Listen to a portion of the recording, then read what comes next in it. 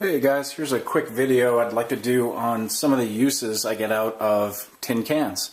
One thing I just figured I'd do one day when I was shooting was use some of these lids.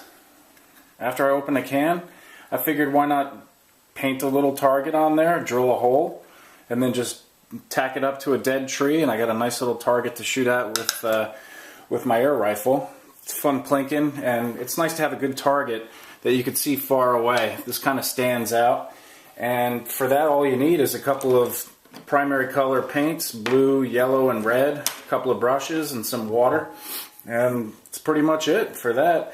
Oh, and then to prepare it for the colors, I use this primer, which artists call gesso, and basically it's just a primer with some chalk mixed in, so it takes the paint real good. It has kind of a grainy texture to it.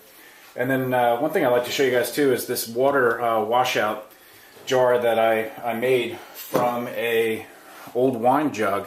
What I did was I took a piece of tape and I put it around, and then with a grinding bit I just took my drill and I basically just worked my way around a few times, and the top just fell right off nice and neat. It's got a few a few a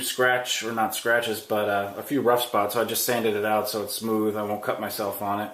And that works great for washing out brushes and all kinds of stuff in the shop. And I plan on making a bunch more of these because that's a nice volume of water. You know, you can wash out a lot of brushes before you have to change the water.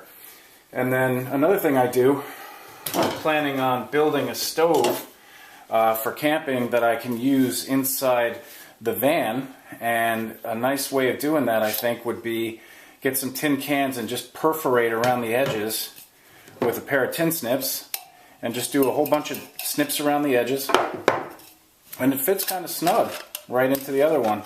And I'm just saving up cans until I have enough that I can build a little stove, something like this, but it'll definitely be better made for inside of a vehicle. So basically just drill around the edges, put some wood in there, and that works great for a little water heating stove.